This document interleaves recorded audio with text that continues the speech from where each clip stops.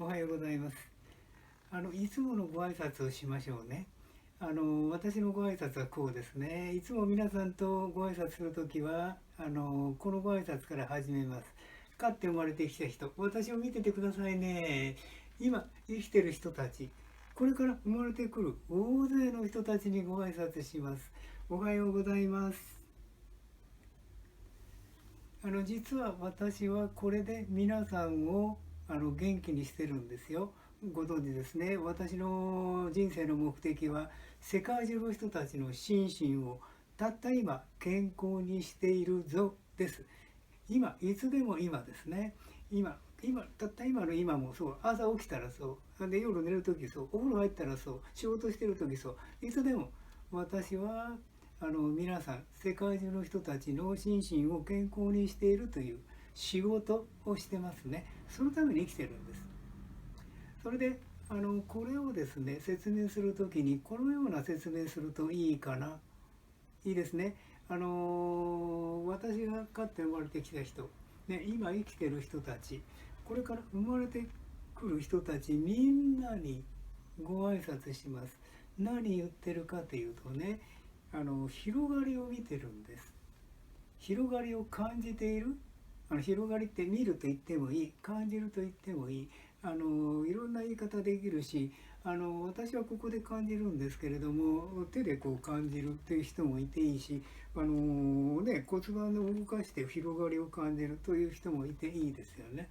で、何を言ってるかというとね、私は広がりというのを感じて、皆さんという素晴らしい楽器を調律している調律師なんです。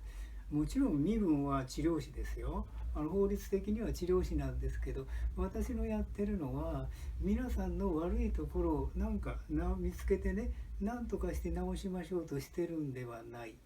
いいですね。皆さんの治療点、これは探しますよ。でもこれはこういうことです。皆さんは一人一人みんな素晴らしい楽器としますね。弦楽器です。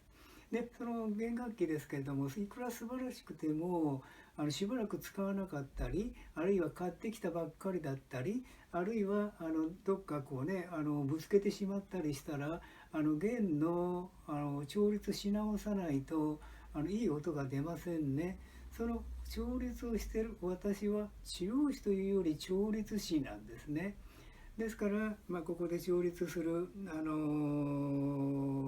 時に使う一つの器具がありますけれども、これなんかでもそうですね。また本当の音楽の調律家はですね、音叉を持ってピーンと音を立てて、あるいは最近電子的に音が出るんでしょうかね。電子的な音を聞いて、あるいはその音をかざして、それに調律している、楽器の弦を調律している。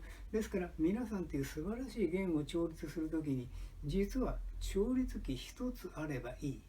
でここにも調律器が一つありますけども、一つあればいいと、こういうことですね。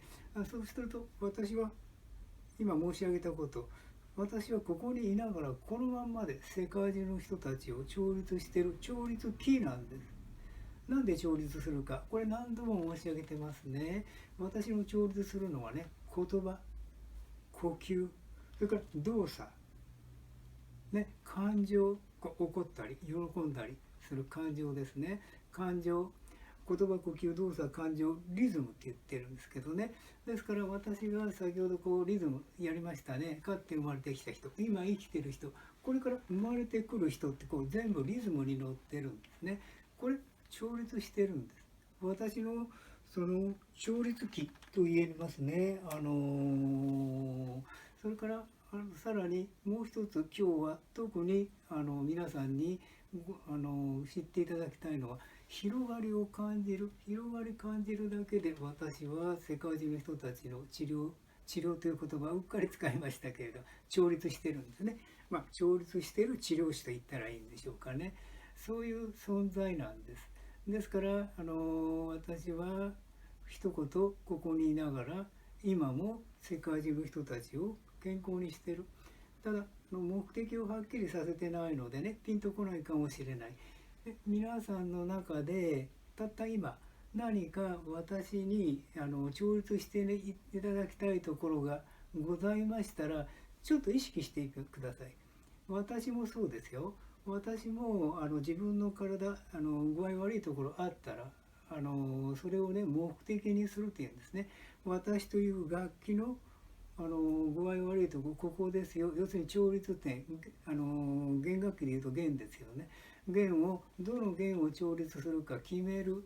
で私が調律するんじゃなくてね、今申し上げたように私の場合は言葉、呼吸、動作、感情、リズム、タッチ、それから広がりで調律していると、こんな感じなんですね。